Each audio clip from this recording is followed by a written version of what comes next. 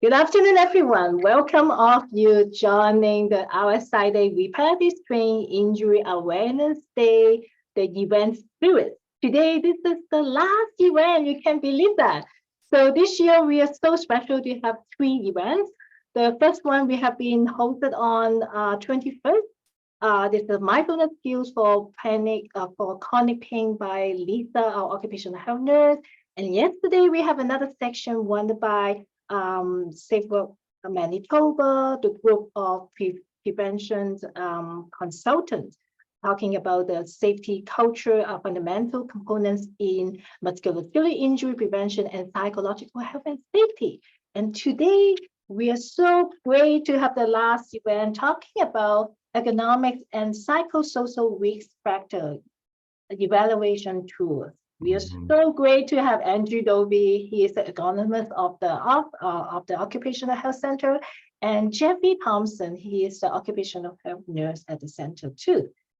And at the first beginning, we would like to acknowledge we are on the Treaty 1 territory, where the Occupational Health Center is located now, and the traditional territory of the Anishinaabe, Greek, OG Greek, Dakotas, and Diné peoples, and the homelands of Métis nations.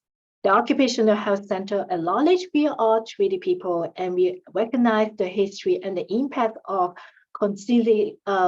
colonization on indigenous communities, the indigenous peoples. We commit ourselves to a process of reconciliation with indigenous community.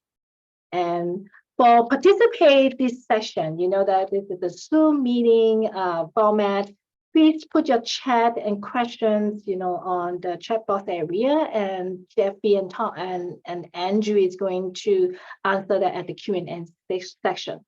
And also, you find that this session is being recorded. We are going to share on the social media and on our website as well. And also, if we are not able to cover all the Q&A questions and answer, please, connect with us after that. That would be really appreciated. For some of the folks that don't know about Occupational Health Center, because we got some people registered through, Ontario, BC, or Alberta. So the Occupational Health Center is the community health center funded by the Winnipeg Regional Health Authorities. And we are now located on 167 Sherbrooke Street, Winnipeg, Manitoba. We provide the services to the Manitoba workers with work-related health issues and work closely with the Joint Workplace Health and Safety Committees for training. So all our service is free. So please visit our website for more information and resources. Now I'm going to give the time to Andrew and Geoffrey. All right, great. Thank you, Tiffany. I just admitted a few people. I'll turn that over to you now, and muted a few too. Just to say that at the Occupational Health Center, we really like to do a lot of work participatory, and on that note, as far as the RSI Day, we've been doing it for, I don't know, maybe 18 years, and we always use it as an opportunity to do something different. So normally, if you just think of us as capacity building, we'll come out and do some awareness training, mentoring, helping each workplace and the safety committees. We won't do an actual report assessment for you, but we'll sort of train you and teach you how to do that sort of thing. But when it comes to RSI Day, we have a lot of fun in the past. So this virtual stuff, it's now been 3 years. Let's all hope we do something in person next year. In the past, we've done hands-on ergonomics where we've had 9 different tables set up and people came through and tried different, all kinds of activities. Let's just keep it simple that way. So on that note, Geoffrey and I have put together this presentation and going through it, yes, there's 2 ergonomic assessment tools that we want to share with you that are free, and we found them to be very useful. Both incorporate, to a certain extent, traditionally physical ergonomic and psychosocial factors. So hopefully you find that useful. Lost my train of thought there. But it's the process And I'm going to give you some examples, some real good practical examples of it's the process by investigation where you start to really get a handle on both of these topics. So the in-depth stuff we've done previously. So if you go to our website and you go to our RSI Day or our YouTube channel, you'll see our RSI Day information from last year and the year before. We had guest speakers from the Institute of Work and Health and a professor from Montreal, and we've had other groups locally give that talk. So let's move on. Oh yes, there's a few people don't know us. So Andrew Dolhy, I'm a board certified professional ergonomist, worked for government for a number of years, originally from a smelter town in Northern Ontario. So my whole mind and filter is that labor mining work. But that was a long time ago. Automotive in Ontario, came out to work for government for a number of years. And then I work here 3 days a week. So since 2002. 3 days a week here, and we get to do so many different things, so many different projects. If you think about variety of work, wow, what a great place to be to do variety of work. I also teach at Red River College, a 40-hour course for the past, I don't even know, 13, 16 years. It's all a blur now. But anyways, off we go. All right. So right off the top, Geoffrey, if you don't mind, why don't you just take a minute to introduce yourself and any little points to kind of settle everybody up. Good afternoon, everyone. My name is Geoffrey Thompson. I'm an occupational health nurse. I work at the OHC, and my area of kind of growing expertise is in workplace psychological health and safety. And so Andrew and I have probably worked in silos in our own ways over the years. I've been at the OHC about 8 years. My background is in community and public health. And so the idea is, how can we mesh the needs around mental health, psychological health and safety, and musculoskeletal injury prevention. And so one of the big gaps has been assessment and implementation of all of that. So we're going to definitely get into the weeds a bit. But yeah, it's a pleasure to be here, and I'm glad I was able to plug in. Most of the show is going to be Andrew, and I have my part here and there. So thank you. All right. All right, so now let's just click back on here, and there we go. Okay, so a word, first of all, on physical and psychosocial hazards.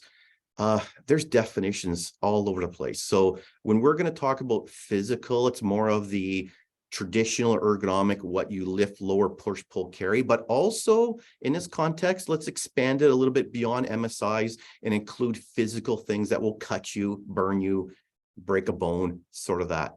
But also psychosocial hazards is something that, in my mind was taught to me in university in early 90s.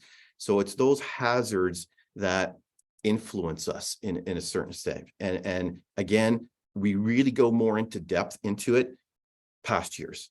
Today, let's focus a little bit more on wrapping our heads around what these are and how to measure them a little bit more. Okay. And if those people who know me, all my training is I usually have this general concept, how you go from point A to point B, I don't care. Point B is a better, safer workplace. So whether it's government improvement orders, I really need to wrap my head around this and put it away, or whether it's costs, or whether it's loss of skilled workers, whether it's I want to do the right thing, but I don't know what to do. These checklists, these tools can kind of cover a little bit of all of that. All right. So just a quick little story about technology and new things. There's downtown Winnipeg on Portage Street. Where's our hockey arena now? It used to be the Eaton Center at one point in time. For the longest time, is the biggest department store in all of Canada. And the old ways, the technology at the time was delivering parcels through the horse and buggy. And this brand new technology came in called the streetcar. So with the streetcar, something new, something you're not familiar with, incidents happen. All right. So in a way, this ergonomic stuff, the physical part of it, not necessarily that new for those that have been involved in safety for a while, but the psychosocial hazards, well, again, I learned about it in the early 90s, and it's just getting more and more now with psychological health and safety, mental health, all the other aspects of it. So we're talking a little bit about the parts of a work organization that affect people from an occupational perspective. All right. So now turn it over to Geoffrey for a quick bit. All right. So when we're talking about psychosocial factors, by definition, we're really talking about human factors. or I like to also think of them as human needs. What are the various components of being human when you come into your workplace? Are you viewed as a widget, part of an infrastructure in terms of a human resource in that manner? Humans are unpredictable, but humans also have some pretty universal basic inputs in terms of more than just being the hands and the eyes and the ears and the things we need that the chat robots can't quite catch up on. So historically, as Andrew's kind of alluded to, there's been a bit more of an emphasis on the physical aspects of occupational health and safety, because we can see, hear, feel some of those physical injuries or illnesses more clearly. So it should not be rocket science to consider that there are certainly mental or psychosocial elements at play. And what's interesting over the past, at least almost 9 years in my work here at the OHC, switching over from more of a kind of a strain stress model to more of a psychosocial, more comprehensive ways of viewing the whole person in the workplace. Next slide, please. I clicked off it. There you go. So if you have been with us for the last couple sessions here, or last couple years or longer at RSI Day here at the OHC, you've probably heard mention of the CSA standard for workplace psychological health and safety. Yesterday, our friends over at Safe Work Manitoba went at greater length to describe how important this document is, and it does get updated every 5 years. It was first released in 2013. We used to call it the new standard, and now it's quite clearly, we're going on 10 years. And it is considered, at least in Canada, the current slate of best practice that really is about dealing with identifying and assessing for psychosocial hazards, which is a big ask. And we recognize in some of the work I have done that to go into workplaces and say, all right, let's take this whole document, pick it apart and start from square one. And it's a lot. It's a lot to take in. It's a great place to start. It's a great place to get a lot of neat ideas. But as you can tell, it's not in legislation. These best practices are very much kind of industry dependent as well. Some industries, it's a bit harder of a sell to incorporate some of these ideas. So I would say, yes, the CSA standard continues to be a really good best practice model. But what we're going to talk about today are kind of ways to take either some new tools or some new ways of thinking that go, I don't want to say above and beyond the CSA standard, but just kind of augment and support a newer way of thinking. And so I just conceptually, I want to make this point pretty clear. I kind of made this up. I don't know if it's a bumper sticker worthy, but you're only as physically safe as psychologically you feel, right? And so when you think about the potential for risk or the potential for error on the job, especially really safety sensitive positions, right? Our air traffic controllers, our air and train conductors and such. So if you look at a lot of the models around fatigue management and helping like with co-pilots and helping with really good psychologically safe communication patterns, it's really our safety sensitive industries that are ahead of the curve on this. And so they understand that there's a need for more than just physical, preventing physical injury. And historically, I guess another way to frame it is kind of like a binary star system, which sounds silly.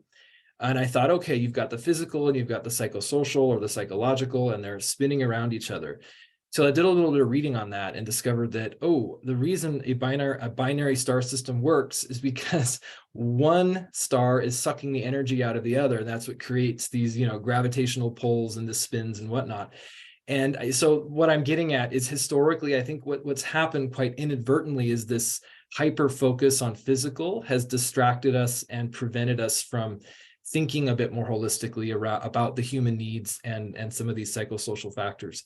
So if you're feeling right now that this is like maybe blowing your mind a little bit, or kind of maybe a bit like not my job, if it's mental or psychological, how can this be something other than HR, right? This is an HR issue. This is a performance issue. This can't possibly be something related to musculoskeletal injury prevention. So I'm hoping by the end of today, you'll at least have a pretty good grasp of why we think it's more than just, checklists and inspections and things of that nature. Moving on. And so you've maybe seen this kind of model before. I pulled this from actually last year's presentation from our friends over at Institute for Work and Health. You've probably seen this way of thinking, or maybe not. Clearly the data on this, this researcher from 1979, the job demand control model, you can see where in this situation, if the job demands are high, and we haven't defined what those demands are, so bear with me, but that could be something of a psychosocial nature. That conveyor belt is running too fast, too hard. The time constraints are unrealistic. The workload management is unrealistic. That's creating potential for higher strain, right?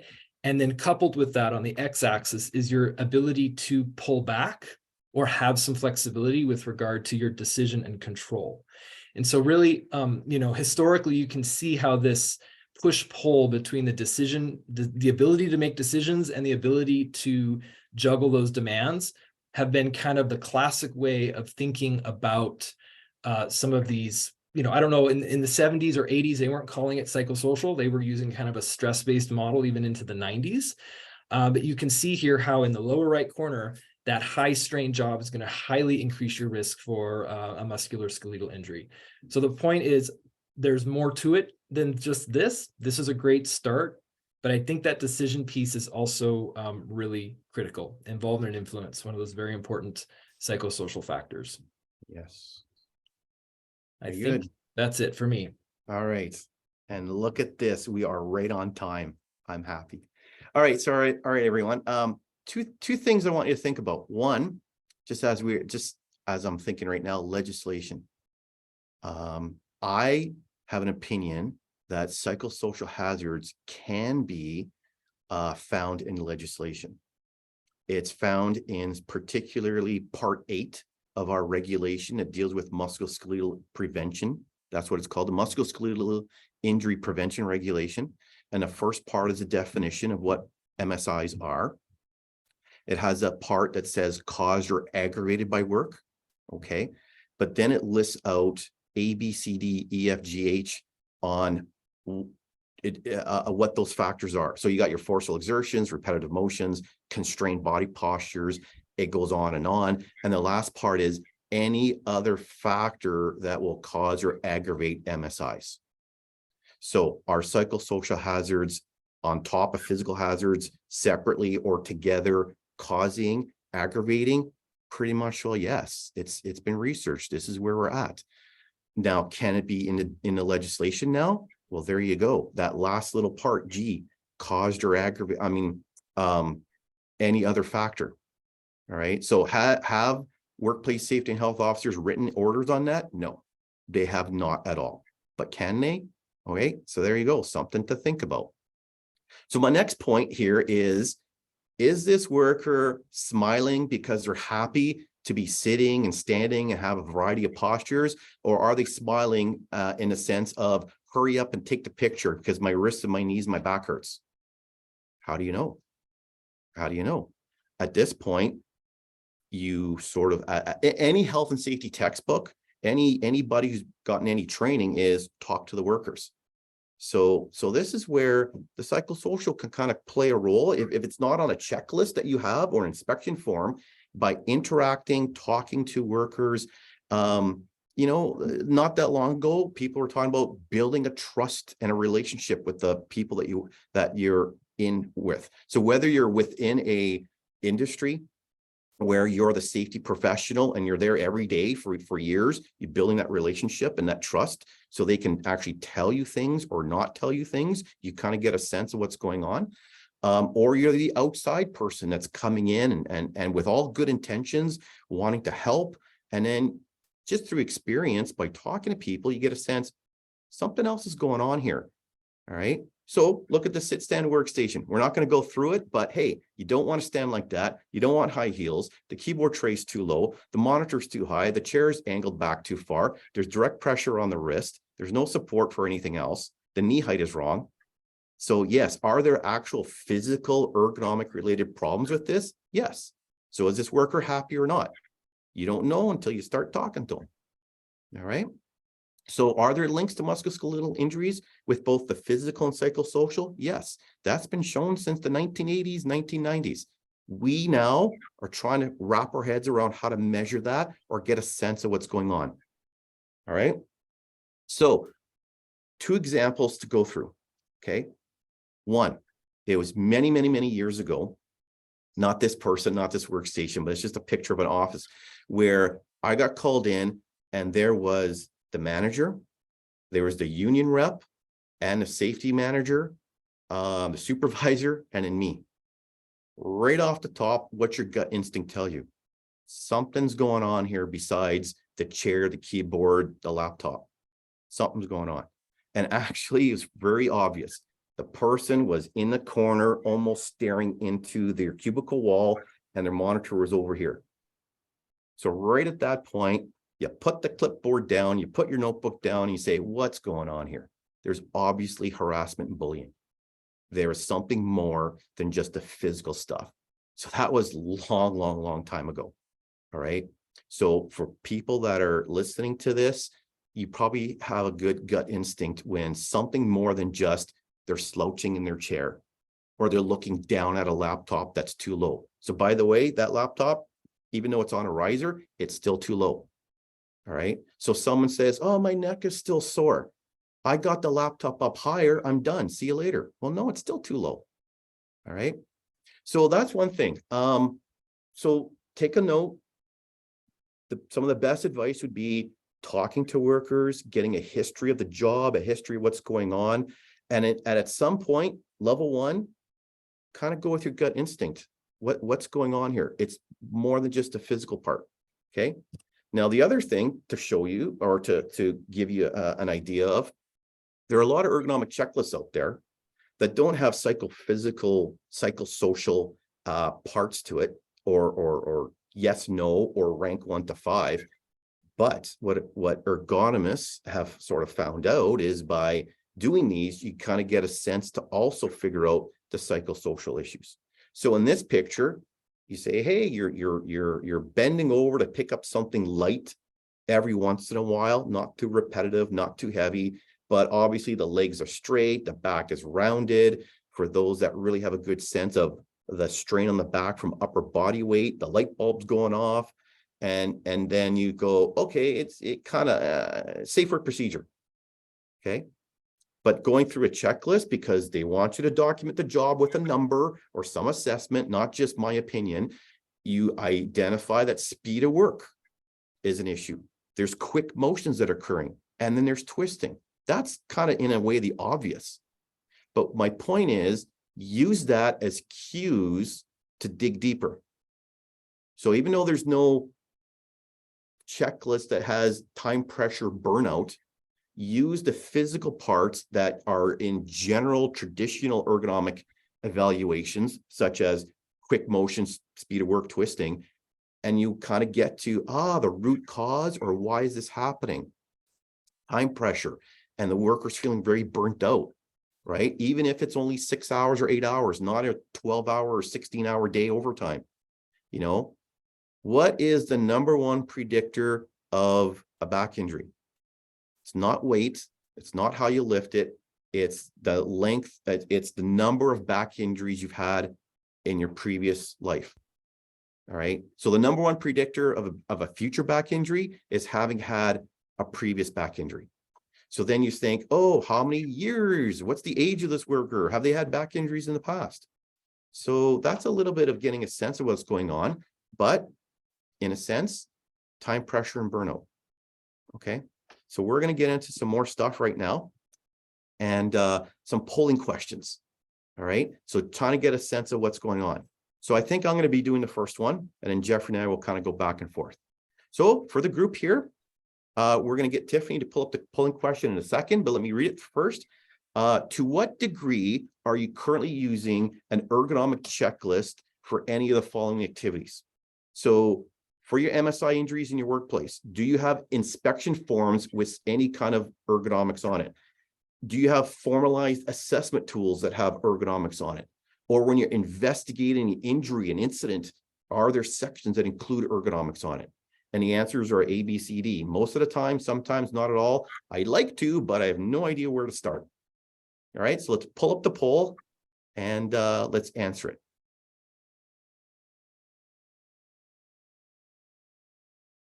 All right, we're at 40% respondent. That's great. I'll end it when we get to like maybe 80%. Slowing down, 67, 70%, 71, 23. All right, pretty soon, magic 80. There we go. Okay, I'm going to end the poll now. Share results. Oh, stop sharing. Am I sharing? Is everybody seeing the poll results? Excellent. Good. All right, so let's see. Am I going to get surprised? Most of the time, nice. Sometimes not at all. Oh, only a few are I'd like to, but not. Great. That's great. Because in a way, when do we get called out for help? When do good companies with good practices that have a good safety program, the ergonomics is going really smoothly, do they call us? Sometimes on a proactive basis to even help them get better. But usually we get called out when someone's in pain and there's a problem. We don't know how to handle it. So good. It's good. We got a good group of people here. All right. I'll exit that one and then we'll go on to the next question. Wait, I got to click on here so it works. There you go. Geoffrey? All right. So next question. Given what you know about psychosocial factors, and I know we haven't given you much, to what degree do you assess or manage them during any of the following activities? That includes workers' compensation claims or return to work programs. So think about your procedures and policies and what you're currently doing. What degree are you considering more whole person, psychosocial, mental? A lot of these are kind of terms that are used interchangeably.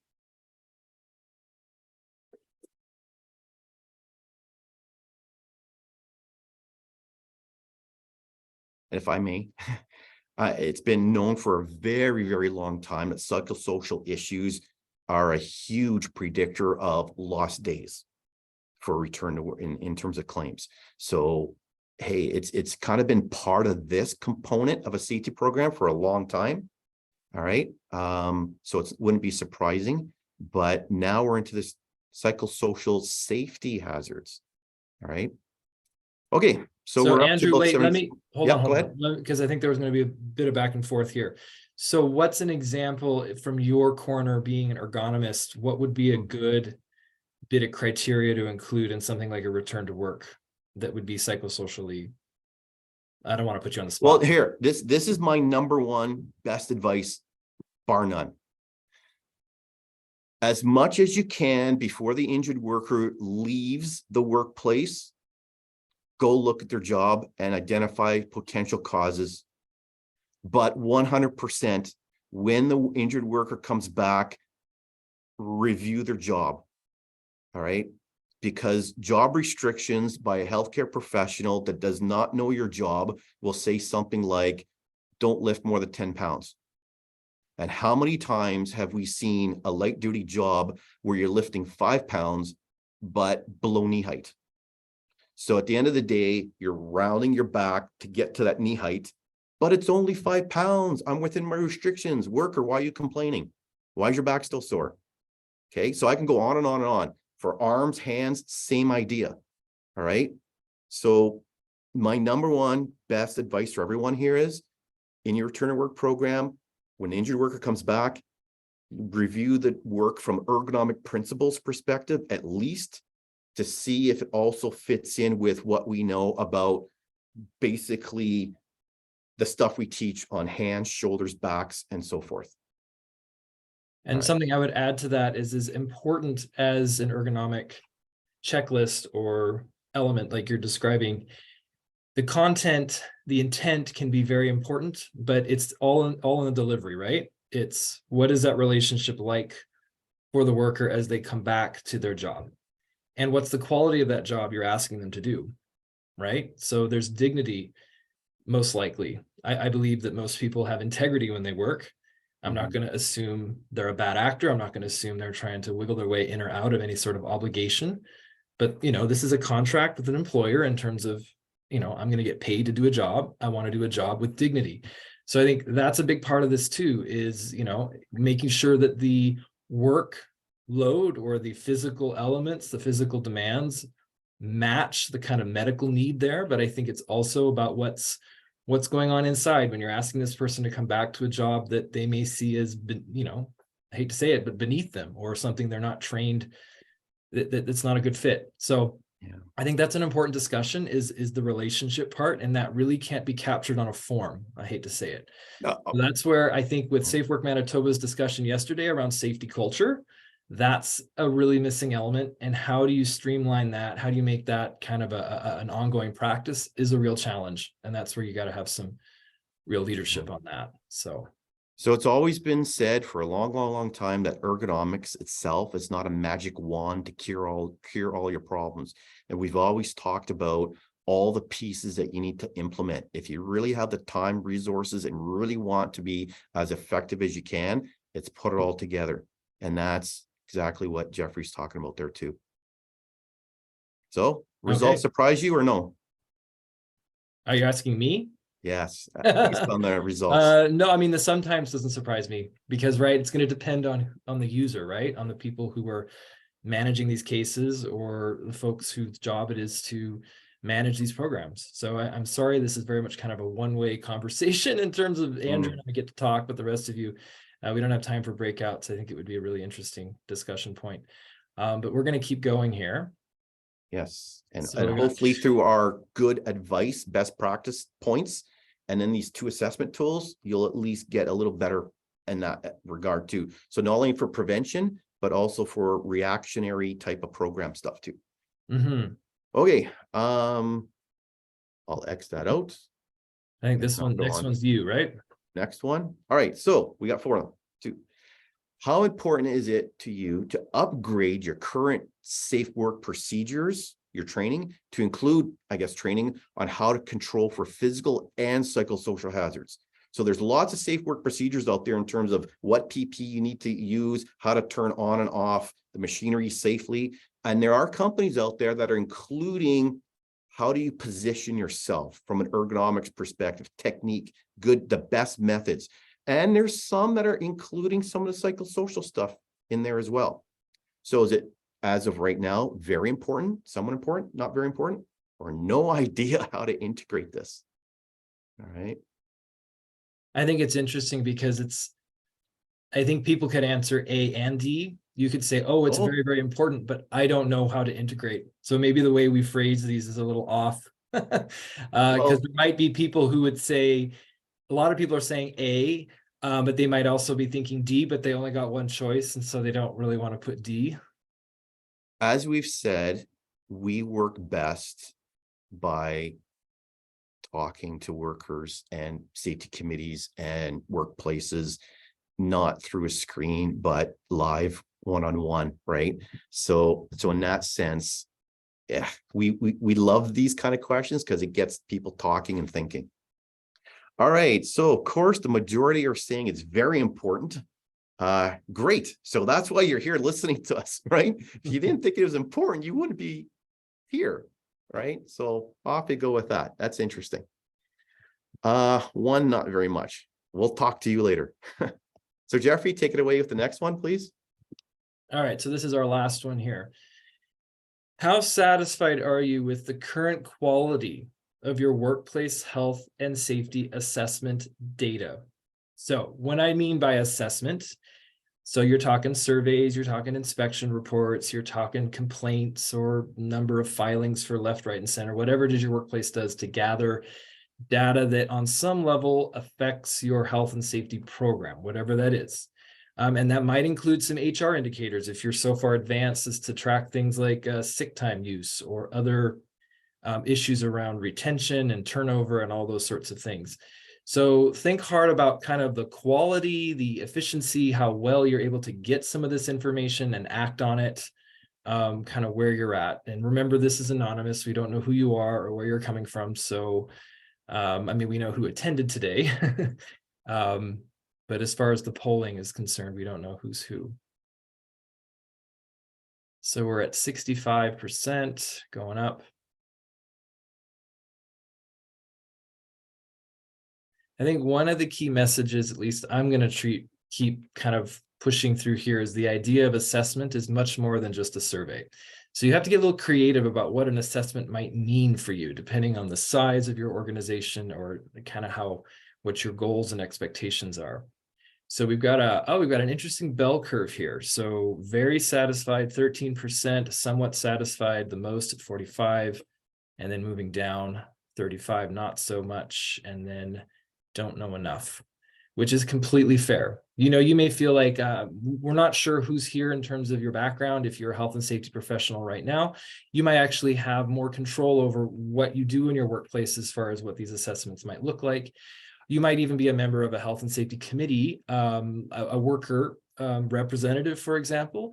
You may be on the committee, but you may not feel like you have a lot of input or power over how things are done, and that's also understandable. So I think it's important to recognize that not everyone's going to have not just equal access to the data, but an unequal ability to do anything about collecting good data. So these kind of results don't surprise me, kind of that somewhat squishy feeling in the middle of not feeling super jazzed. So we're going to come back to that idea. All right. Thank There you. you go. So the next slide, and I've got a few minutes here, is just to remind everyone what we're talking about, right? So if you're new to occupational health and safety, this is your very first time you've heard of this topic, then it would be a form of malpractice not to at least touch on what we call the hierarchy of controls. So when we're talking about any kind of hazard in the workplace, we're talking about this idea that we're really at the Occupational Health Center, we're trying to prevent injury and illness as much as possible. So that means going upstream to the source, represented by that green bar at the top of the inverted triangle.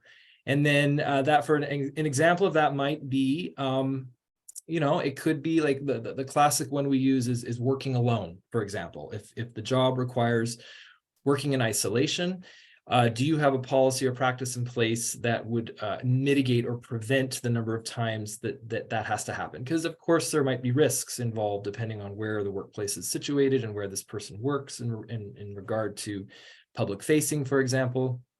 So a policy or procedure would include that along the pathway, right? So that's where we spend a lot of time and energy, usually in health and safety, looking at that pathway piece, how to mitigate and make it better, so that at least minimizing the hazard in this case. So the best practice would be, well, don't work alone, right? Like try and create safe job positions that don't require that, but some jobs that's impossible to do. So you're going to have some other what we call guardrails or procedures in place. So now what happens there at the tip, right at the bottom, so that would be at the worker level. Now, this is also very, very important. Workers, we're very worker-centered here at the Occupational Health Center. We think it's important that workers get trained on how to be safe, those safe procedures. The tricky part with mental health is that it's not fair to expect workers to be trained up on all the latest resiliency and wellness and, becoming more actualized and prevent and identify each and every sort of psychosocial hazard on their own, right? So we all come to work with a story behind us, to our name, to our lives, and not everyone at work is privy, nor do they have a right to know how we're coming. It's unfair to expect everyone to necessarily be their own best person in that manner. And peer support is really important. So psychological support happens at that level, but also further up. So once again, with working alone, I mean, at the worker, that could be education, training, making sure that, depending on, if you're a security guard or someone who's really potentially exposed, having skills to defend yourself and that sort of thing. From more of an infectious disease standpoint or healthcare, that might include masks, gowns, goggles, all of those like PPE sorts of protections. So that's what happens at the worker level. All of that's important. So I want to reiterate that everything along the chain here is critical to the hierarchy of controls, but we're going to focus as much as we can on digging deep and going as far upstream as possible. So if you click once, Andrew, you'll see a little exclamation point. I put this in on purpose because in my outreach and training and things that I do, I want to overemphasize that so much of the energy has been put onto worker training and not necessarily enough on global or more organizational sort of procedures and policies, especially around psychological health and safety, which if you gave me a mic, I could talk about that till, I turn blue in the face. So I'll spare you the details, but I just want to remind everyone, if we're talking about data, we need good data at the worker, but then also further up as we go. Utilization of procedures and policies, for example, how well that's happening. So let's keep going. Now, so the point I'm trying to make here is knowledge is power. You need good data. So if your background is in health and safety, if you're a member of a committee, or if this is your job, you know that your ability to affect change and prevent injury is very much contingent on getting good data. And so it's important we don't make assumptions, right? Assumptions about, oh, those groups of people, or oh, that kind of worker, or oh, that type of position. And you're going to, our brains are hardwired to find shortcuts. But as a professional, you have to be, kind of your own best skeptic around making quick and dirty decisions around where you think, how can I get this data quick, efficient? And if that's your focus, you're not going to get, in my opinion, and I think it's fairly informed, fairly educated, is you're not going to get the best data. And that's because people aren't necessarily going to open up, right? And so I'm moving into some other ideas here, and that has to do with psychological safety. And so you have most workplaces these days are very diverse. So are you actually capturing perspective from different groups of people, from different cultural backgrounds, from different abilities, from different identities, some of those human rights identities, so having a good set of criteria in place for making sure that you have open forums for good back and forth communication with every type of worker is critically important.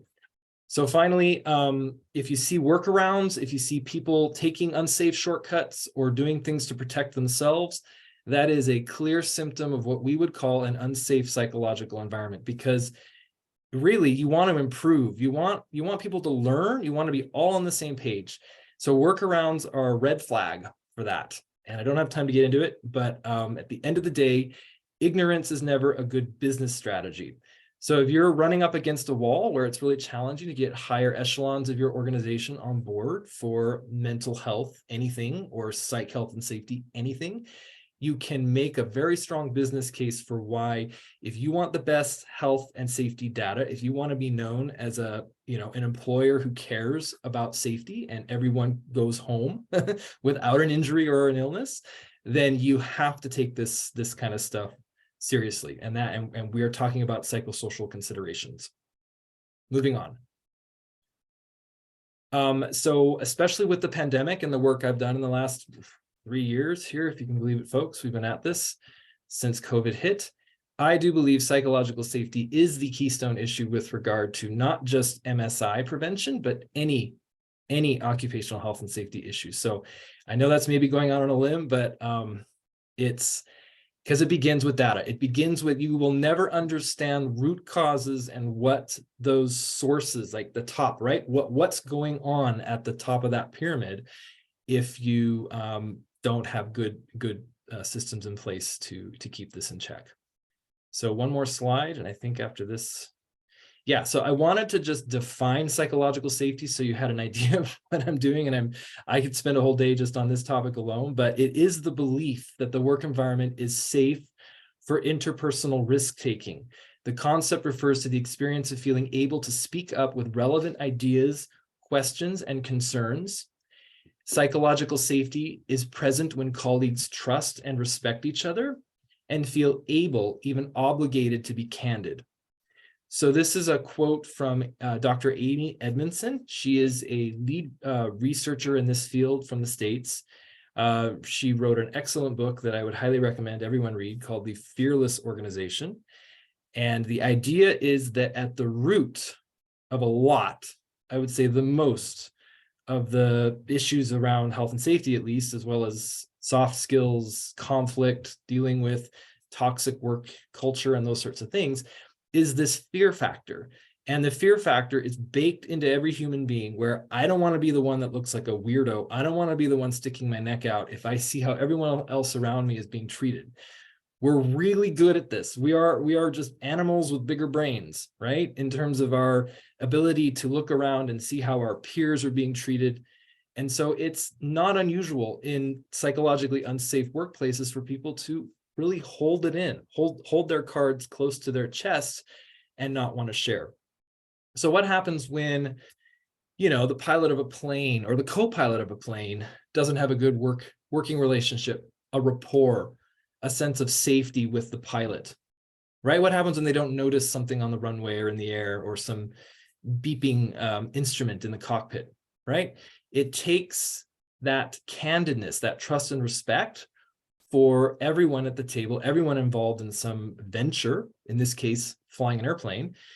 And that's why what I meant earlier about the some of these safety sensitive sectors are, there's training on this stuff. Like, it is critically important that we trust each other. Healthcare is another great example. And Dr. Edmondson, she kind of, she really became an expert working in healthcare to begin with. So that was her. She's now in kind of bigger business in terms of across different sectors, but figuring out why some healthcare teams actually function better than others. And she determined that it was psychological safety was the critical factor involved there. So once again, I could talk your ear off. I'll spare you. And moving ahead. Or Okay, everyone, so this is my. Oh, sorry, go ahead. Sorry, what? I just wanted to pop in and say, we're feeling time pressure of an hour and a half, but for those that don't know, okay. Yeah, we're doing okay. We're actually doing okay. I just wanted to put a comment for those that are out of towners. We're funded by healthcare. I can't remember if Tiffany said that or not. So we're funded by healthcare. So the Winnipeg Regional Health Authority, but we're there for occupational workplaces all in Manitoba. So we're free. And so we are not just in, out, see you later. We can work with you over a period of time, and we're there for more. So if anybody here, contact us, Geoffrey. We can maybe have one-on-ones with your workplace just to talk and do some services that way. Sorry, just wanted to. No, that's fine. And I think according to our time frame, I've got another minute on this slide, and then it's yours. I will just say, so these 5 research questions, I'm not going to read them out loud other than to maybe highlight a couple here. Is it easy for you to speak up about what's on your mind? True or false? Are things held against you as far as the way mistakes are framed, or failure in that case? So there's 5 questions here. These are actually 5 questions that Dr. Edmondson and her team developed and found consistent statistical relevance to these questions. And so what's fascinating about the work she's done and what the CSA standard has, and I kind of pull from different sources and realize, oh, here's a silo there, here's a silo over here. And Dr. Edmondson doesn't talk much about mental health, but she talks a lot about this need for feeling safe. And so it's like chicken or the egg. Is it health or safety? Safety or health? I mean, you need both, right? So what I love about these questions is you can you could probably weave them in to some of what you're already doing. So I'm going to pass it on to Andrew, but I want you to think about what you're currently doing and thinking about whether, when you're walking around the floor or walking around as an expert or someone who's trying to observe and ask questions, maybe as a committee member, tuck a few of these in and do it in a way where you really mean it, right? And you're not there to narc on people or get them in trouble, but to just get a sense of where folks are at. And maybe you do it anonymously if that's what it takes. But this is a great way to round out maybe some of the other sorts of checklists and things you're already doing. So get creative would be my take-home message. And now I'm going to be quiet and I'll pass it back to Andrew. That's okay. Geoffrey, we're doing well for time. So I didn't want you to rush this last slide. It's all right. Is there anything else you wanted to share? One more gold nugget of wisdom? No, I think Okay. it's just making sure people recognize. I mean, I think the other thing too is I take a strength-based, asset-based approach, meaning we're not here to rewrite your whole system. Think about what you're doing already in terms of some of your assessment, some of the tools you use, and get creative and do something a little different, and use conversation, use other methods besides just surveys, depending on the size of your working unit, whatever that is. If you're a giant organization, that gets tricky. But having that face time, I think is critical. So that's it. All right, there we go. Good. All right. So now we're into those 2 tools that we promised. All right. Both are free, available. Both have been used for a bit. One has been actually academically researched and published. The other one has been validated, but not necessarily published in an academic paper. It could be, but certain ergonomists is too lazy to do that. So one is on the left-hand side. It's an Excel-based spreadsheet that is easy to use. And I got 40 minutes to go through it. So 20 minutes each and practical examples. And so what do I say at River College with all the students? The best learning is by playing with it. All right. So we're going to show it to you, but go off and play with it. And then, as I just said a few minutes ago, I have a question. Am I doing this right? Well, send me an email, call me on the phone here. I'll help you work through it that way. All right. So it's not a just see you later and you're on your own. So one's called the Merit and the other one called the Affirm out of Australia. So a word on assessments now. As I just said, I don't know if I said it or not. I said, is this person smiling because they're happy or because they're like, take the picture? All right. So as far as an assessment goes, shoot, forgot what I wanted to say. Oh, maybe I said it. Anytime you get a new piece of equipment, you have to train a worker on it. So for those here that are listening that's done, say, office ergonomics, how many times you've gone in there and the worker has no clue how to adjust their chair? Or they adjust it, but it's not really adjusted well. I see the same thing nowadays with these sit-stand workstations. Here, take the cling wrap off it, go use it, and they're not using it properly. All right. So there's that little point I wanted to make. All right. So now, under assessments, this is taken from a small business ergonomic case study book that we did in 2004, where we did before and after case studies in small businesses of ergonomic problems. And then we assessed it, found a safer way. And then we actually came up with solutions and how much did it cost and what were the benefits and such. So under that idea of safe work, spot, assess, you never want to call a good job or a bad job based on one checklist or one way of looking at the job.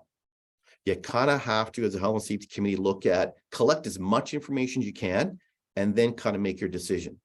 So even though we'll be sharing with you 2 different ergonomic assessment tools, that's your checklist at the top, health and safety committee assessment. There's plenty of others out there, but never go to management and say, this is a problem, we need $100,000 to fix it, just because some number is a little higher than 7.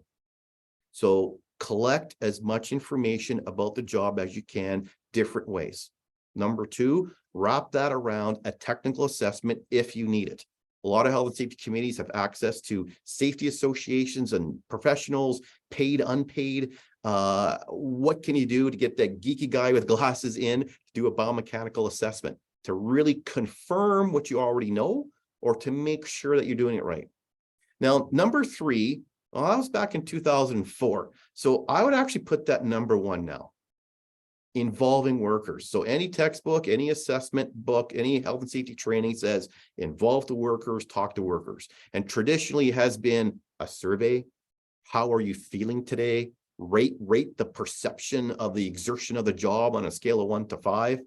Now, traditionally, yes, you got to do that. You can't just sit back and take notes and say the job's bad and this is what we're going to do to fix it.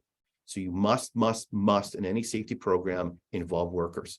And now, as we're learning today and over the past couple of years through our RSI projects, mostly RSI Day projects, it's another level of what's that great saying that Geoffrey wants to put on a bumper sticker? You're not as safe as you feel. Did I get that right? You're not as physically safe as you psychologically feel. Yeah. There you go. I'll get it right one of these days. All right. So there you go, folks. I would rather have it at the top, and there's more ways of doing that. And then finally, there are standards and guidelines for these ergonomic stuff. There's the CSA standard on office ergonomics. There's ISO standards for workstation design. And there's all kinds of, there's a standard I got years ago on aging workers and how to adjust certain things based on age. All right. And don't get me started on that. But anyways, it's the job, not necessarily the person. If you're interested in more, come talk to me later. So anyways, at the end of the day, if one of these ways says it's a bad job and the others are like, then maybe something else is going on. If all four say it's bad, it's the job, off you go. All right. So that's how I sort of try to take a step back and wrap your head around the problem of, if 10 people did this job and 8 say their back is sore, there's something going on with the job. But most of the time it's, I do this job, I've been doing it for years, only one, and I'm getting a sore elbow. Okay, what's going on? How do I kind of wrap my head around the job issues? All right, so that's one sort of, let's just call it best practice or good advice. Use as many assessment tools, collect as much information to get a good, to be confident in what you're doing. All right, so now let's get into the first one. This is called the MERIT. It is called the Manufacturing Ergonomic Risk Evaluation Tool. This is a version that was published in 2019. It's an Excel-based drop-down menu type of spreadsheet. So it was a project that was funded by the WCB of Manitoba through what's called the RWIP program, Research and Innovation Research and Innovate Work. Oh my, RWIP, Research and Workplace Innovation Program. All right. So in that, it was existing company that said, oh, this is what we do, but what do the numbers mean? Is it actually validated? So the project was to actually improve it, validate it. Does it actually measure a good job, bad job, a bad job, and the reliability? So if I give it to 10 people, will 10 people kind of get to the same number as opposed to all over the place? That's important. Not a lot of ergonomic checklists have that. So that was a research project years ago. And right now it's free. There's a user manual to teach exactly how to use it. So I'm just kind of cursory going to go through some examples. And in it, there's mostly physical, but there's a little psychosocial in there too. All right. So it's both on the Safe Work Manitoba website, and then, well, it's a project I did, obviously. So it's on my website as well in the bottom left-hand corner, dolhyergonomics.com. I'm sure you can find it. I haven't updated my website since that time anyway, so it's kind of garbage, but anyways. So as you can see, there's actually 12 things you're going to measure. And another point, it's sort of designed for a job you can actually see right now and pre-production. So what that means is someone comes to you, maintenance supervisor, engineer, production people, and say, hey, CT committee, we're going to change this job, or we're going to have a brand new process. Am I going to red flag have a problem? So this is also designed for that kind of work as well. All right. So the validity study, 2 thumbs up, and there's a reason for that. And I'll explain that in a quick second. Now, it's called the Manufacturing Ergonomic Risk Evaluation Tool. A new version is going to come out in 2023 in June, and it's also going to be made for multiple tasks jobs. So people would say, hey, Andrew, I've been playing with this. I kind of like it, works good, but except for that assembly line manufacturing workstation, does it work for healthcare where I'm doing different things? I'm going into community, into people's different homes and doing debridement air and then wound care there and something else. Does it work for construction where I'm at a different place every day and I'm doing all these different tasks? In the past, it would have been, I think so, but I can't actually say, right? It's never been validated that way. So the current project is actually validated in many different workplaces, doing many different tasks. So the new name is going to be, wait for it, MERIT. But it's going to be called the Multiple Ergonomic Risk Evaluation Tool. All right. So I don't know, send me an email or come look at my website or Safe Work Manitoba website at the end of June.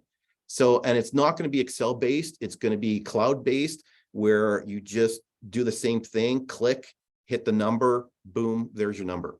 So no information is going to be collected. Things get wiped off the cloud after it's done. So instead of an Excel on your phone or your laptop, it's going to be just cloud-based, boom, boom, boom, done. All right. So let's get into it. Hopefully I got your attention and you're kind of interested. So as I already said, it's both for existing job and pre-production. The next part, and this is where the validity came in, it's designed for an overall big picture of the entire shift, like say 8 hours of the job. So you're looking at a job, let's say for an extended period of time.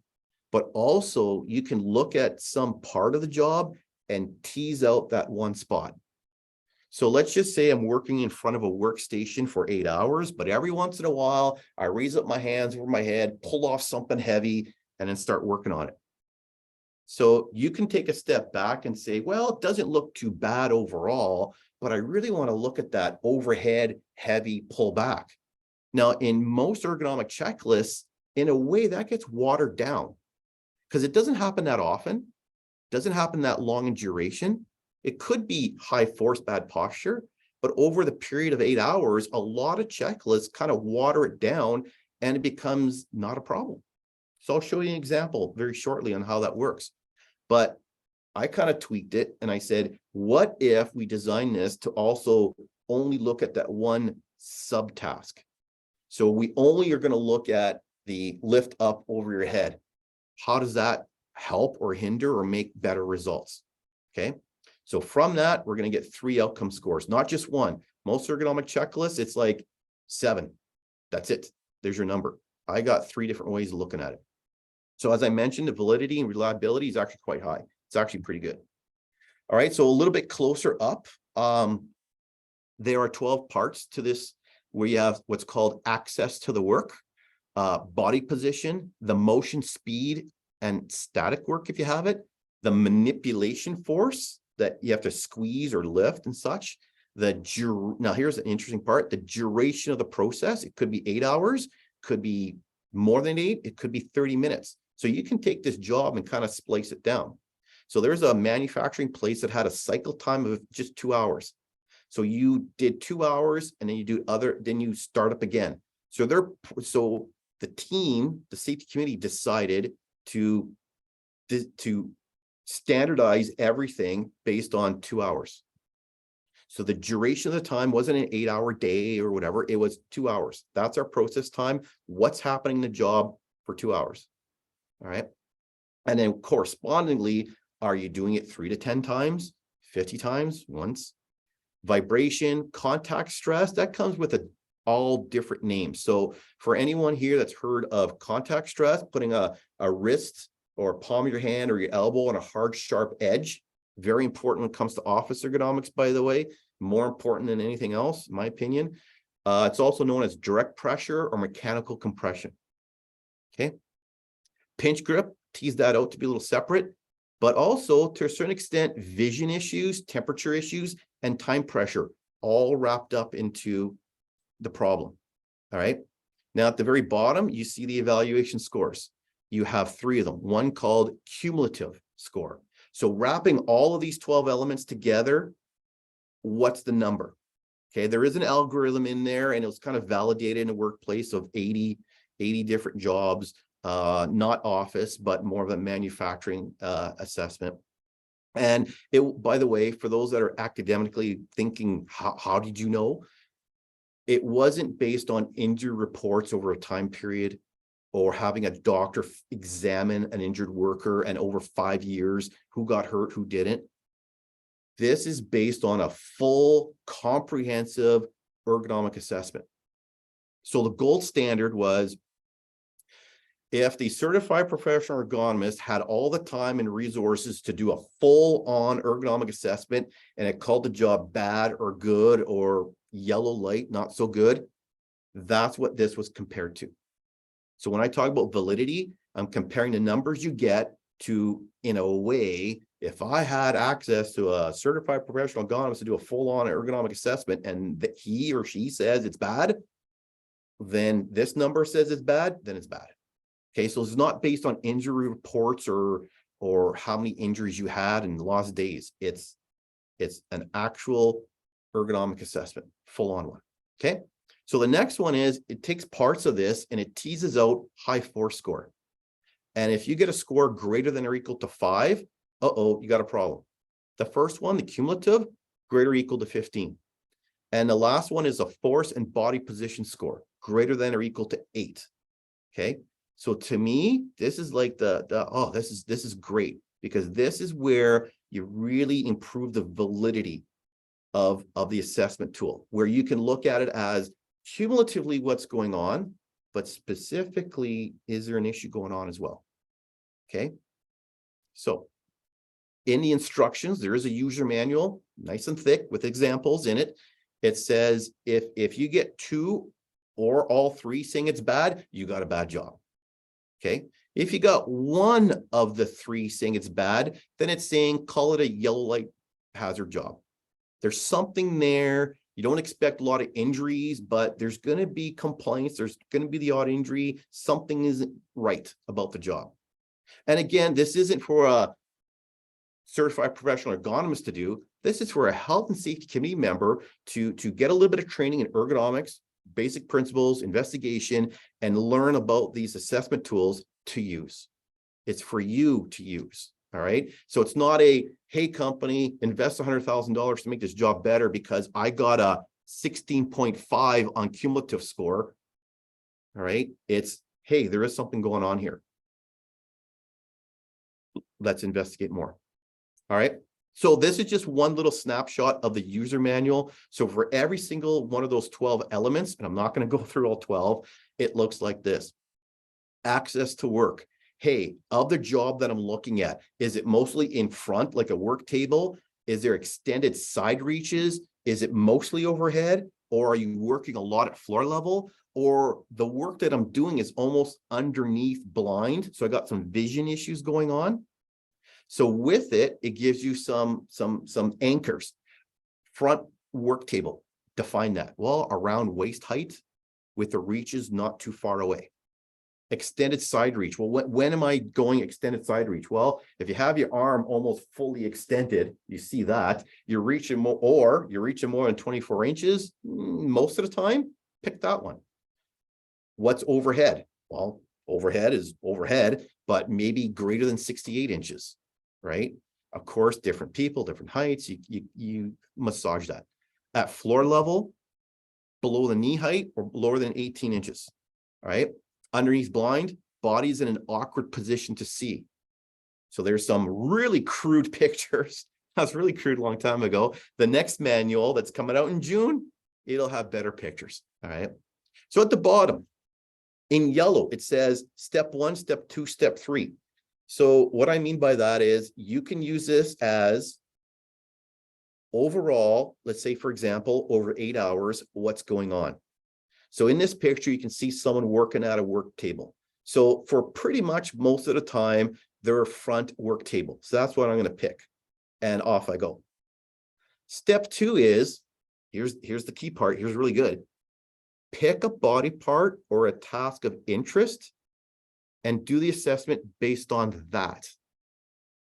So my step 2 is I'm reaching overhead, grabbing something heavy, and I'm pulling back.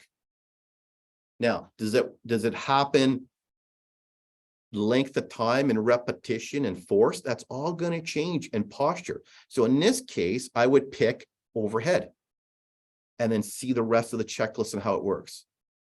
And then step 3, you can do this multiple. You can do this as many times as you want for a body posture or a subtask that's of interest. But in my example, step 1, step 2, now step 3 is your solution. So really quickly, while you're there, if I were to do this, this, and this, how would it change the numbers? All right. So in this case, what did they do? They got a foot rail, so they're actually standing up a little better. And still with the other idea, by having that foot pail that they put their foot on, they're not bending back as much. So how does that change the numbers? It either doesn't change it at all, or it changes it a little bit. So that's just my quick example of how you can have the power of this checklist is, this assessment tool, the merit is to pick out and tease out either body part or task. Okay, so the rest of the manual has all 12 to do. So now we're going to watch a video. Now it might be with internet connection a little choppy. Okay, so let me turn the volume off. There you go. So this worker is archiving files. Basically, if it is choppy and it's hard to see, well, they're just reaching up to about shoulder height, grabbing a bunch of files at once, and then bending over a little bit to put it into a box. They're standing on a step stool. And of course, at the top of the step stool is the box. So they're not going to their ankles. They're kind of going, knuckle height to knee height. And there you go. Okay, so just as an example of how to use this, that's the video. All right, next. All right, so I just did it quickly and I copy and pasted some of the pictures. So is this more of a front work table? Yes. Extended reaches? No. Overhead? No, not so much, at least for now. Okay. Body position while you're standing. You're not sitting. You're not bending, reaching too much. You could say I am bending, reaching, but just to play with this and see how it works, let's call it standing. The next one, motion, speed, and static work. I called it smooth motion because it looks smooth versus jerky. And we know basic ergonomic principles, the more jerky, quick motion you have, the harder it is on your body. So it's more smooth motion. Is it a fast pace? No, it's more of a moderate pace. And in a way, is there regular pauses? Well, the worker can't stop at any time, take a step back, walk, and go back into it, right? There isn't that go, go, go, go, go, go, go, go. All right, so I labeled that the very first one, 1.0. Okay. Next, the manipulation force. Now, there's different ways of doing it, but honestly, if you take a weight, but you have to grab it and squeeze it, you're actually squeezing more than what this thing weighs. All right, so let's just say no, it should be more than 2 pounds. Whoops, I messed that up. It should be more than about 2 to 10 pounds or somewhat hard, noticeable. Oh, no. Sorry, let me back that up. So what have I said? Talk to workers and you can measure the actual force. Okay, so you could get the weight and measure the weight and say it's less than 2 pounds, it's 2 to 10, 11 to 25, or more than 50. But also there is an ergonomic way of getting a sense of, on a scale of 1 to 10 almost, hey, worker, at this time, what's your perceived exertion to grab this and then put it down? Is it light, barely noticeable, or relaxed effort? Is it somewhat hard, noticeable, definite effort? Hard, very hard, near maximum. I really need my upper body to do it. So between talking to workers, a little bit of your expert opinion and based on judgment, maybe actually measuring force if you can, you get a sense that it's not that. It's barely noticeable and light. Okay. However, the key part now I want to spend time on is the next part.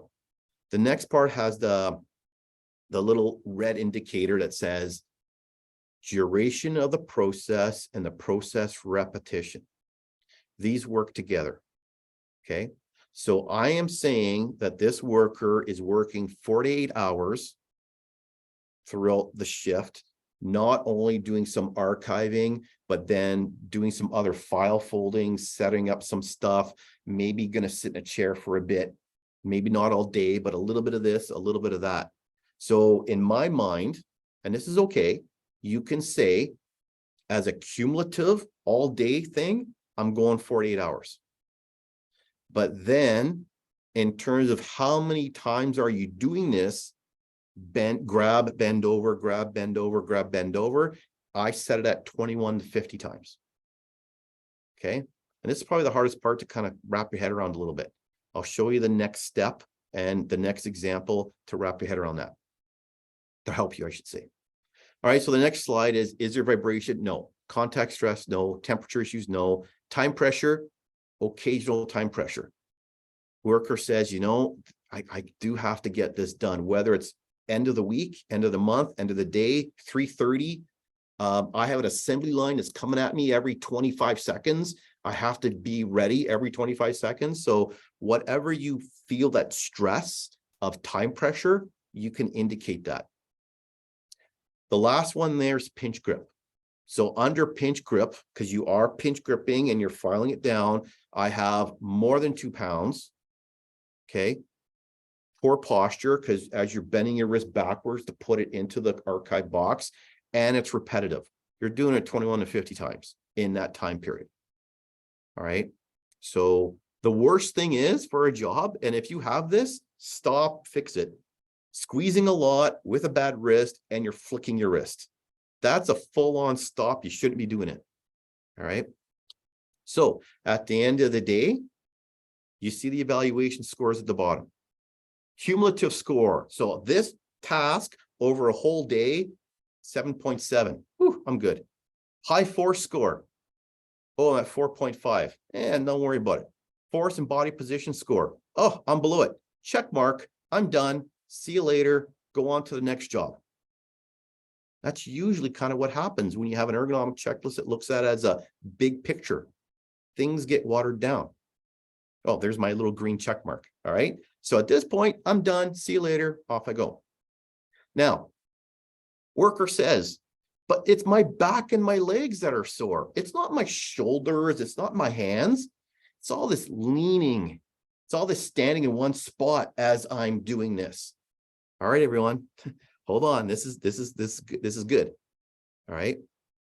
So if I'm going to look at this task as a body position, so back and legs, I'm going to make some changes.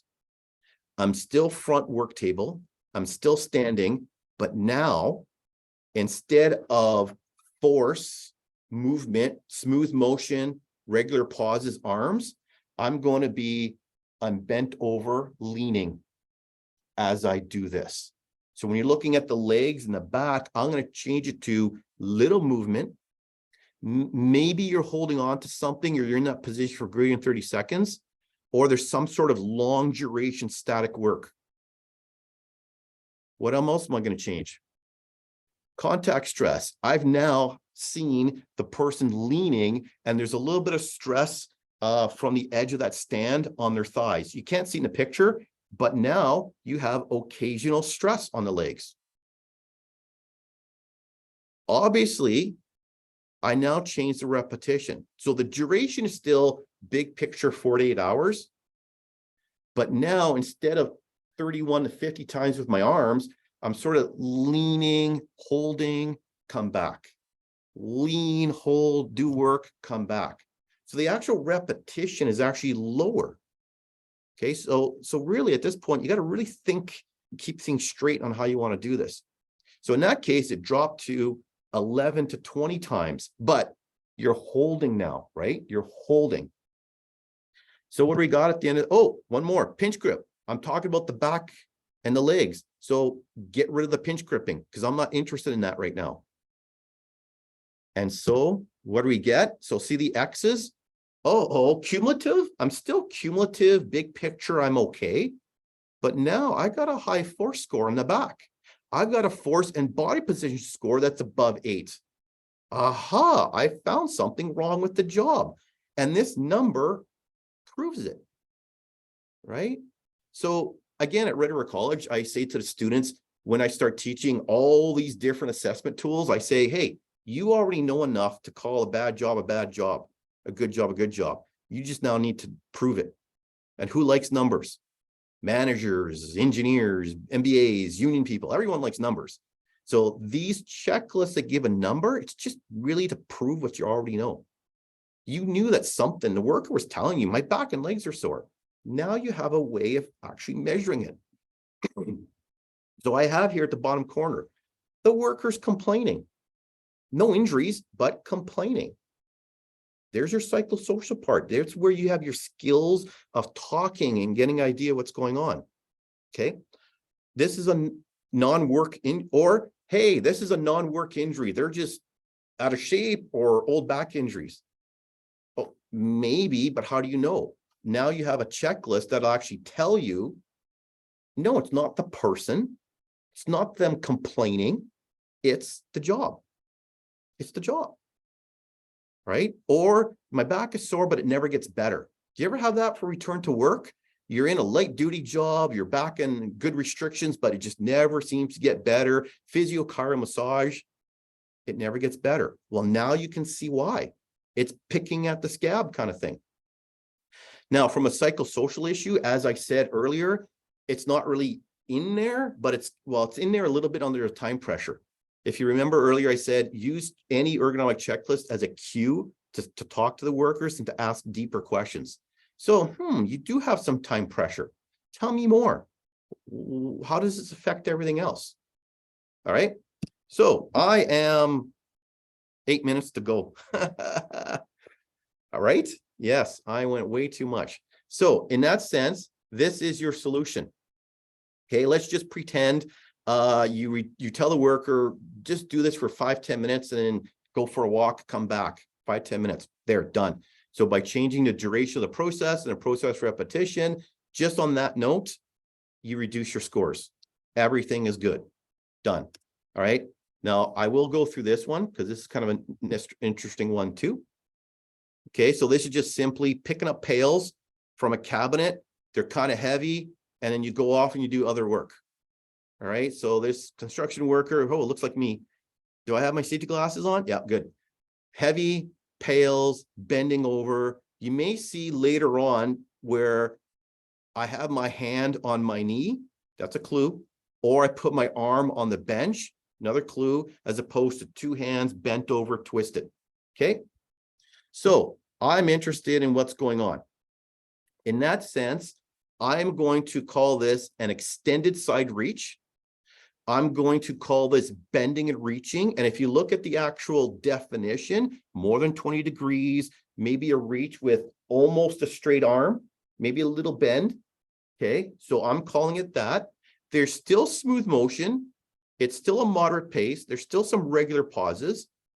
Okay. The force, well, I've measured it. It's in the high 20s for pounds, but also the worker goes, you know what? It's substantial. I will call this a substantial effort to pick up this heavy pail, especially since I'm bending over. Next, key, duration of the process, 48 hours. But I'm looking at, you don't do this for 48 hours. It's the whole job. And then this part of it only occurs 11 to 20 times in the day. Okay, so again, 8 hours, but only 11 to 20 times in a day. Vibration, none. Contact stress, constant. So if anybody's picked up pails with that little wire, it really jams into your fingers and it's not a power grip, it's not a pinch grip, it's that hook grip, but there's contact stress on your fingers. So yes, pinch grip, none. Vision, a little bit of shadow, a little hard to see. Little bit of cold, a little bit of short duration, and still that little occasional time pressure. The worker says, no, I'm not constantly under time pressure, but there's a little bit of, I got to get this for the next process. Now, based on what you know about ergonomic factors, weight, twist, bend over, round your back, duration, repetition, green. I'm good. And this is what most ergonomic checklists will say. I'm good. But now, again, the strength and power of this tool, focus on a specific task of lifting. Just the lifting part. Okay. So by doing that, the duration of the process is now only 30 minutes or less. It could be 5 minutes, could be 10 minutes, but it's under 30. And now the repetition is 3 to 10 times. So in that 30 minutes, you're going to pick up 3 pails at least. Does that change? How does that change the numbers? Wow, look at that.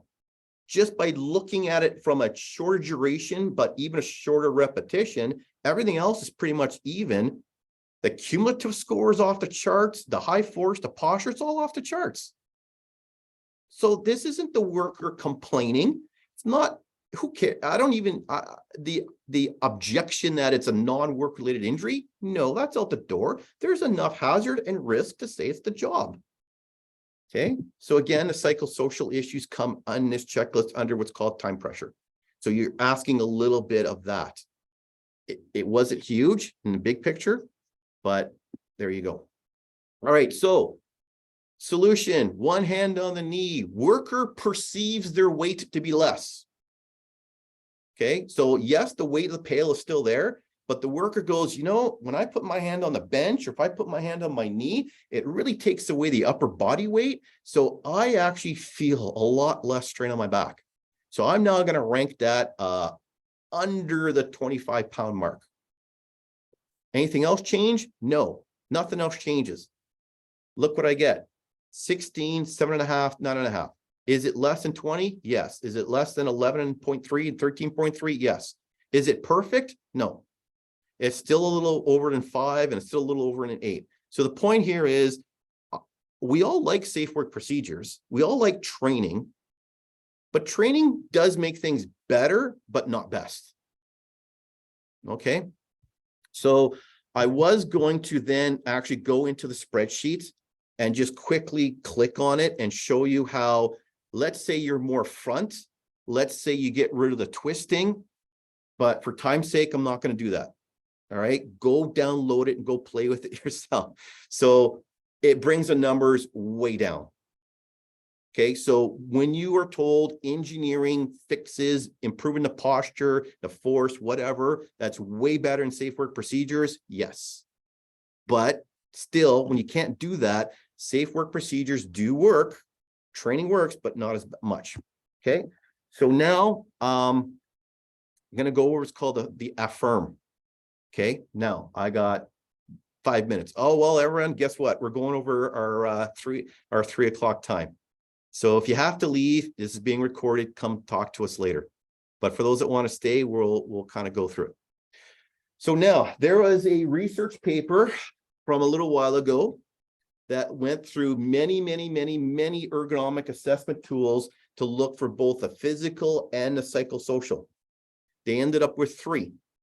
One of them is this Affirm out of La Trobe University in Australia. So it's been developed by academic researchers.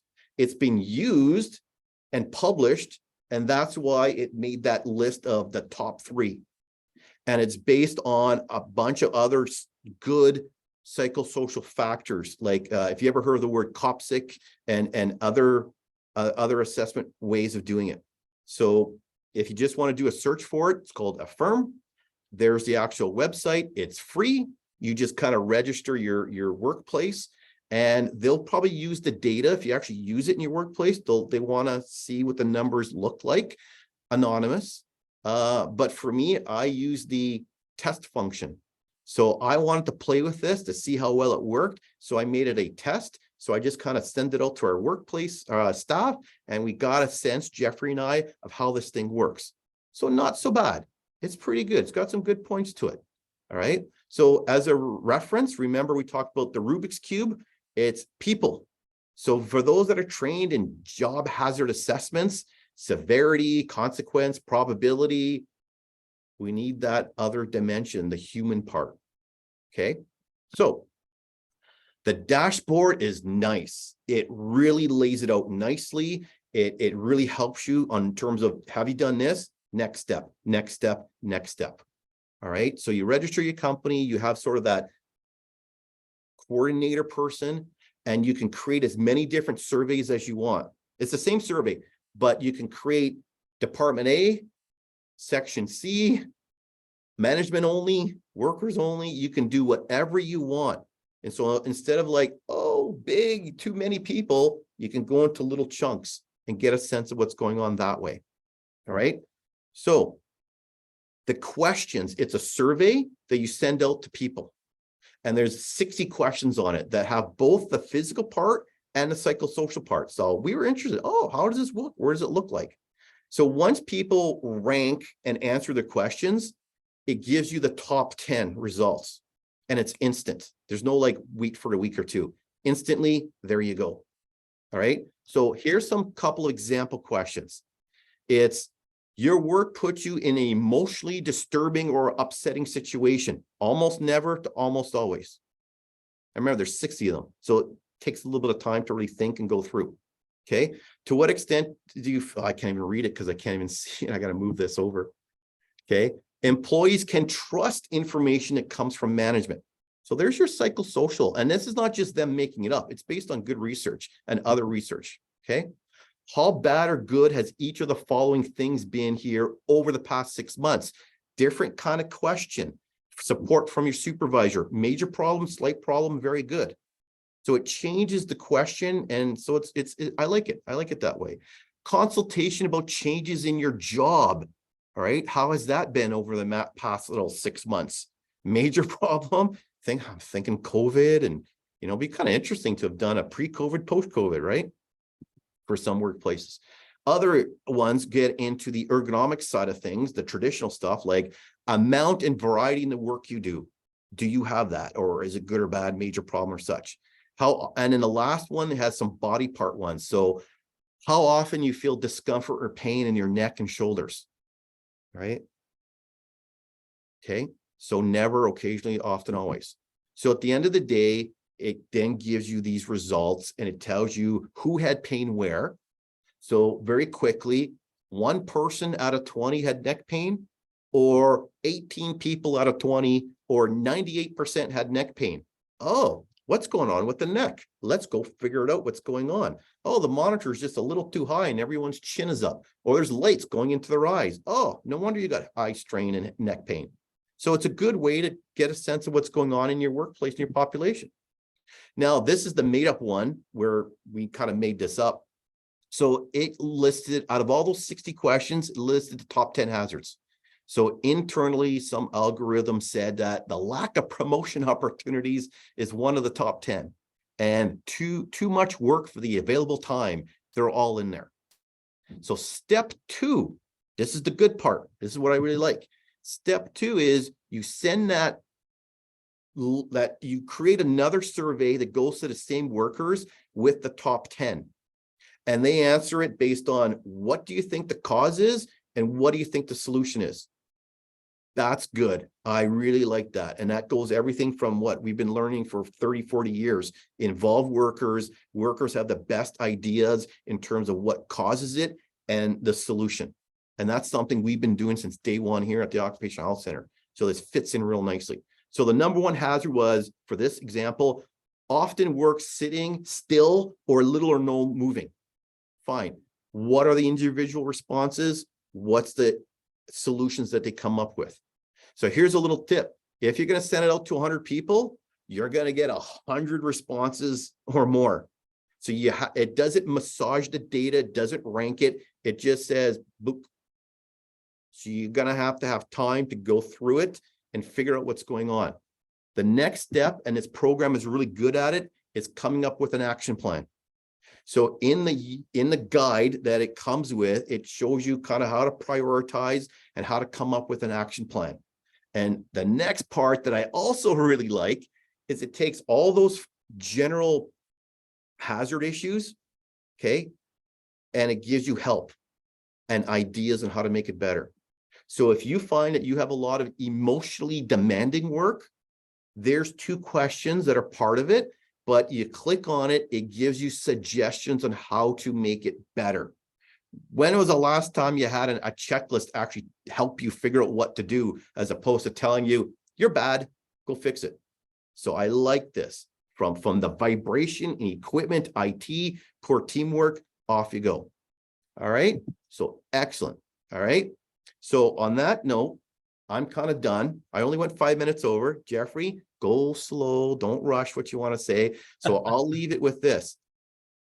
All the checklist, very, very important. What Geoffrey's going to say. Thanks, Andrew. Yeah, no, that was all very good information, really practical, really helpful. Appreciate that. You can go to the next slide. It's critically important, and you might see where I'm headed with this, given kind of my perspective. Before you survey, you need to think really hard about quite frankly, the psychological implications for how you carry on any assessment, whether that's a survey, whether that's some other sort of forum that involves direct key informant interviews, focus groups, whatever you end up doing to engage your workforce. It's really important to consider some of these other very important elements. So I'm going to go through this relatively quickly. I know we're going over. So just remember that successful worker engagement is always must be earned and never assumed, right? So if you're already a psychologically unsafe workplace and you kind of maybe you haven't really determined that in terms of a concrete assessment data, but you just sense that there's really not a great trusting relationship here, then you got some work to do. So a survey or any tool really is not going to just fix that problem. I think it's really important to think more around the leadership angle of that. We heard a bit from Safe Work Manitoba yesterday on some tips, and I've got some of my own thoughts on one slide that's coming. And that does involve how you communicate what's the point. All right. So I know, like, Andrew is an expert in his area and he knows his stuff. And I would challenge anyone with real expert, and I say this to myself as well, like I'm a bit of a wonk. I love data, I love quality, I love these things, but how do you express this to folks in plain language? How do you make it accessible, understandable, and don't just assume that, oh, they'll jump on the ship eventually or jump on the bandwagon. We owe it to the diversity of our workforce to be really clear and upfront as to why this is important. And it is about safety and it's about health, right? So I think if you use language and terminology in plain language that makes sense, you will get more buy-in than you might otherwise imagine. So it takes a plan, some project management skills that we're not going to get into today, but you do need that leadership support. So some other key thoughts to consider is how can you be present? How can you not be aloof or working from a distance? I know with COVID and the pandemic, that made that really hard. We're all working from home at some point, or many of us were, and now we're kind of trickling in and out. And so being deliberate about ways to be present and to not necessarily use concrete survey tools necessarily to get to root concerns, but to have these dialogues. Finally, conscious leadership is another great concept I like to use. I don't have time to get into that. I'll share some points in a minute. But the goal of a conscious leader is to actually frame the point, frame the goal, frame the purpose, and making safety and learning a key part of that. So, and that is the safety culture. And that also has to do with creating a no blame culture, right? So in some of Andrew's examples, you know, he kind of speculated about how some of the actors in the videos might be feeling up here, right? Like they were performing the job, they were getting the job done, but were they actually, you know, maybe not enjoying themselves, but did they feel really a part of something greater than themselves, which given the variety of jobs in the world today, that can be a real challenge. I won't lie. Now, moving on to the next couple slides here. So this, once again, I don't have time to go through all of this. This is a snapshot picture of really a leadership framework that Dr. Edmondson writes about in her book. So if you've stuck with this long in the presentation, then I would consider this kind of the juicy golden nugget that we save for the end. But just in summary, it is the goal of leaders, and I think health and safety committee leadership, like this is your chance to star. Of course, it does help to have middle and upper management support on this sort of stuff, but framing the work, emphasizing the purpose, being humble, right? And these are emotional intelligence skills and soft skills and things that not everyone is able and equipped to do. So, but that humility, that openness really can go a long ways toward melting the ice. And then also how you respond. How do you respond to workarounds? How do you respond to people who maybe out of coping or sheer frustration, they have to do something to mentally as well as physically protect themselves, but is still perhaps fundamentally unsafe in some broader workplace context, right? We want consistency. We want people to follow workplace procedures, safety procedures. But if they're not, don't just assume that, you know, they're doing it in an evil or bad way. Like back up and think, like, what are the circumstances leading to a significant enough people, you know, using bad habits or behaviors that aren't necessarily helpful. So how you frame failure, how you destigmatize failure is really a pivotal important thing for a health and safety leader to have in every workplace. So that's pretty much it. I will share these slides. One more, I think I've got a quick summary. At least I kind of get the last word in here. Sorry, Andrew, you can definitely plug in. But take your time.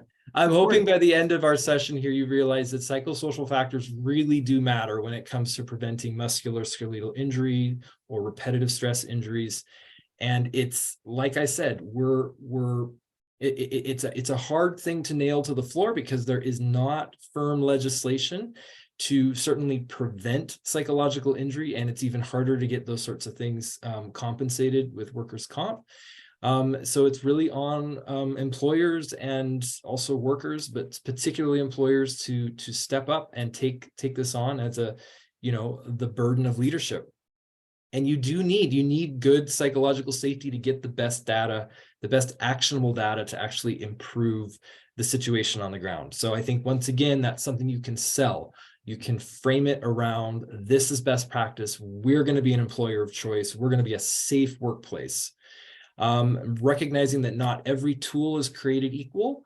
The best tool, in my opinion, is one that really fits you like a glove and isn't necessarily cookie cutter. And as Andrew was saying earlier, like, this is something we can help you with as a, we're small but mighty in terms of our ability to especially work with committees and give them some fresh ideas on how to understand some of these concerns, whether they're psychosocial or ergonomic.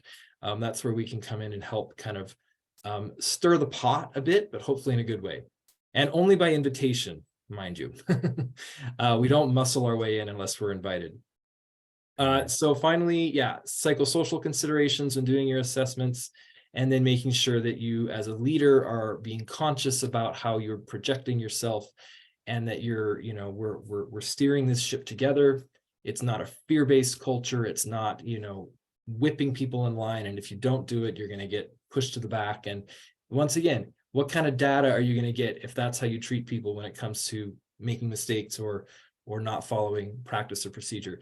So this emphasis on train, as if training by itself is going to fix all your problems, in a vacuum of, or I should say in a ocean of, waves of psychological unsafety or psychosocial unsafety, that training gets lost, right? Because once again, your ability to retain knowledge is definitely limited when you're under stress.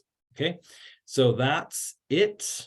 And I think we went 15 minutes over, and I don't know if are we gonna still do Q&A? Yeah, we'll have time. I'm sure there's some ones. I haven't gone through the chat. I think we'll kind of go through the Google Docs, but there's I don't even know. Wait, my picture is covering our webs.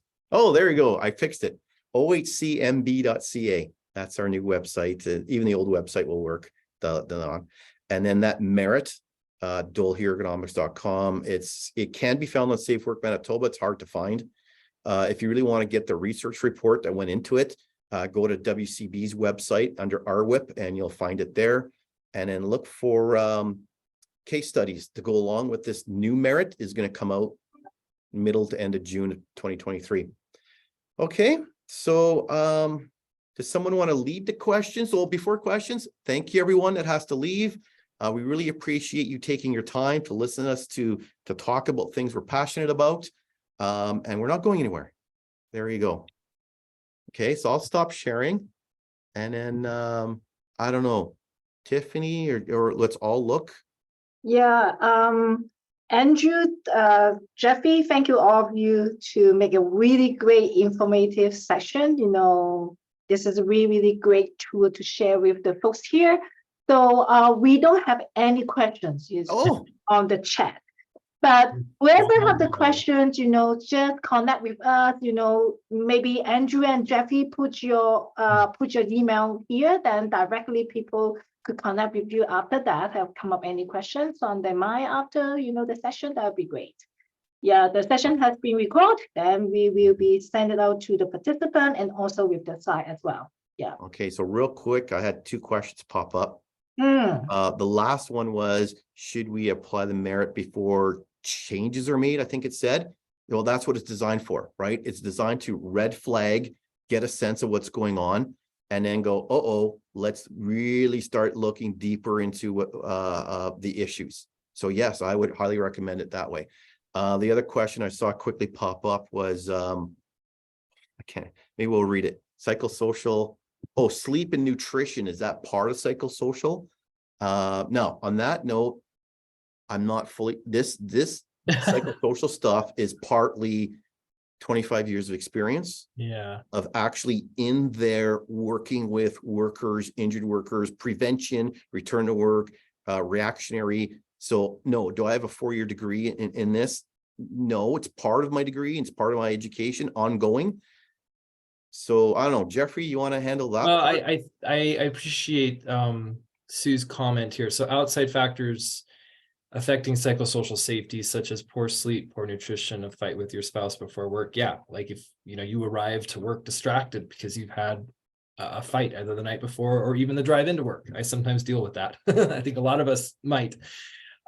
So you're right, and I think that's where kind of this kindness, this compassion, and it sounds wooey dooey, whatever, depending on your workforce. I mean, we talk about a safety culture, but that safety piece is also psychological, also psychosocial. And if I had time to go through some more of my material, I would back you up on some of that. So it's just, and it's the work-life balance too. Like, does your employer recognize that you're a whole human being and you come with other obligations and other expectations and other forces at work in your life?